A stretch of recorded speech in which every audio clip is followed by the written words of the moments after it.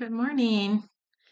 Today is September 26th, 2024, and I'm kind of liking this video on my laptop a little bit better than my phone. So this works out.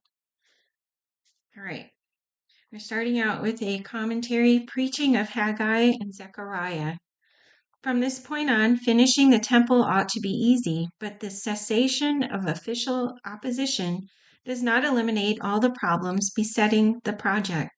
The people of Israel themselves are still part of the problem. They are having droughts and famine and are putting off work on the temple until they are prosperous enough to give it their attention.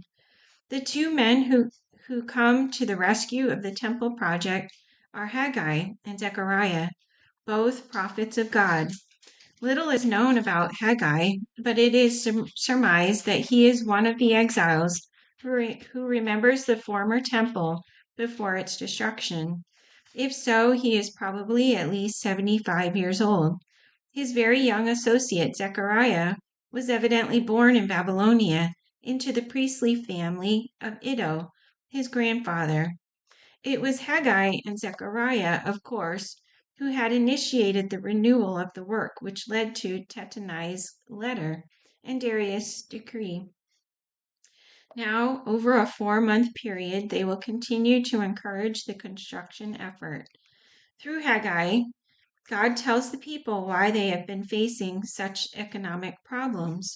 It is because they have set their own selfish interests as the highest priority, rather than totally committing themselves to construction of the temple. This message comes to Haggai in the summer of 520 BC.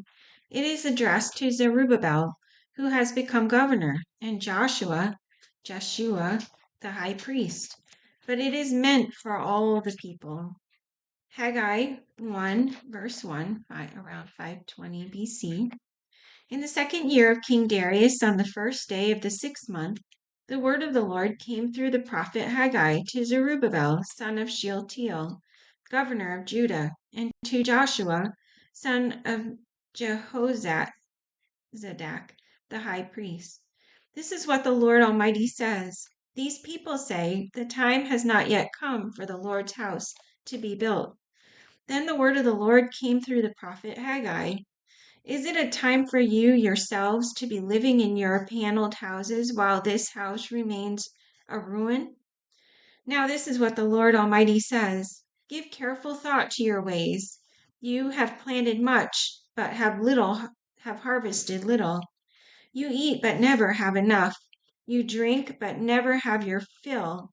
You put on clothes, but are not worn. You earn wages, only to put them in a purse with holes in it. This is what the Lord Almighty says. Give careful thought to your ways. Go up into the mountains and bring down timber and build the house, so that I may take pleasure in it and be honored, says the Lord. You expected much, but see, it turned out to be little. What you brought home I blew away. Why, declares the Lord Almighty? Because of my house which remains a ruin, while each of you is busy with his own house. Therefore, because of you, the heavens have withheld their dew. Sorry, I'm not used to this whole setup. Okay, Therefore, because of you, the heavens have withheld their dew and the earth its crops. I called for a drought on the fields and the mountains, on the grain, the new wine, the oil, and whatever the ground produces, on men and cattle, and on the labor of your hands. Okay, we have a short commentary. Within 3 weeks, the people respond favorably to Haggai's preaching, and the work is renewed in earnest. Back to Haggai 1, verse 12. Then Zerubbabel, son of Shealtiel, Joshua, son of Jehozadak, the high priest, and the whole remnant of the people obeyed the voice of the Lord their God and the message of the prophet Haggai, because the Lord their God had sent him. And the people feared the Lord.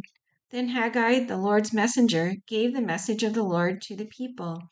I am with you, declares the Lord. So the Lord stirred up the spirit of Zerubbabel, son of Shealtiel, governor of Judah, and the spirit of Joshua, son of Jehozadak, the high priest, and the spirit of the whole remnant of the people. They came and began to work on the house of the Lord Almighty, their God, on the 24th day of the 6th month of the 2nd year of King Darius.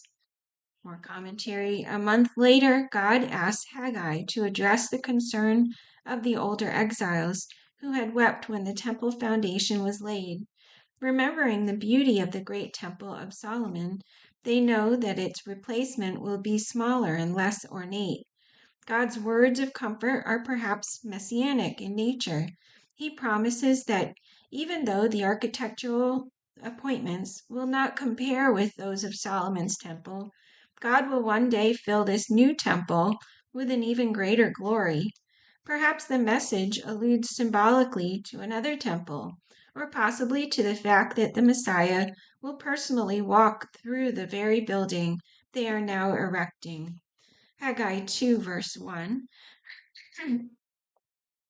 On the 21st day of the 7th month, the word of the Lord came through the prophet Haggai.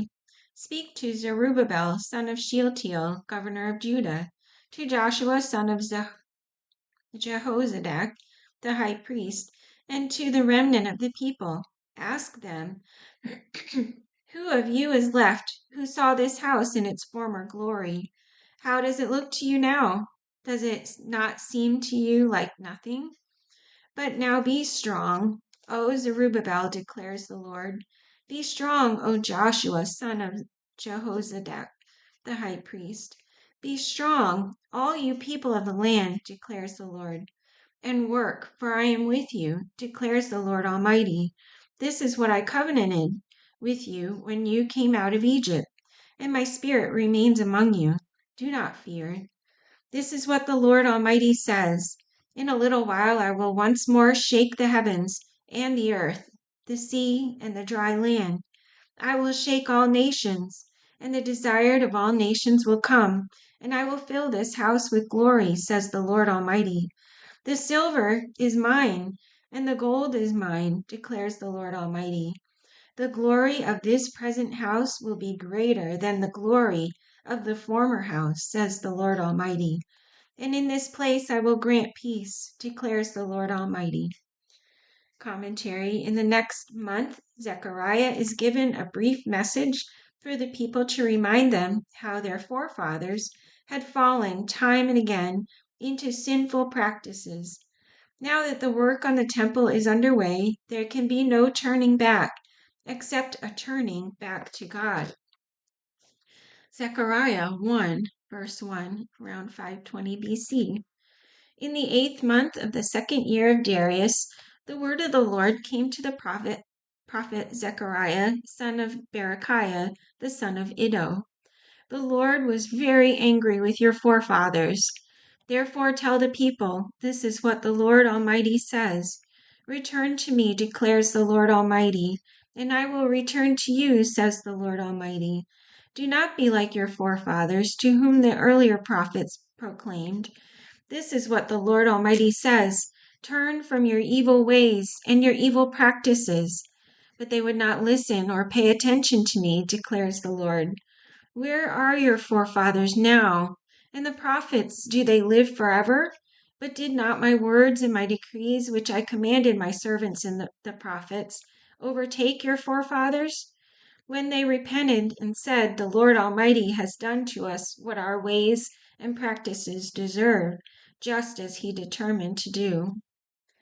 Commentary. At the end of the following month, Haggai continues Zechariah's theme.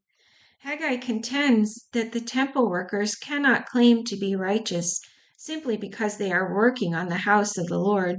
In fact, if their personal lives are not holy, their involvement in the temple's construction will actually desecrate the holy sanctuary.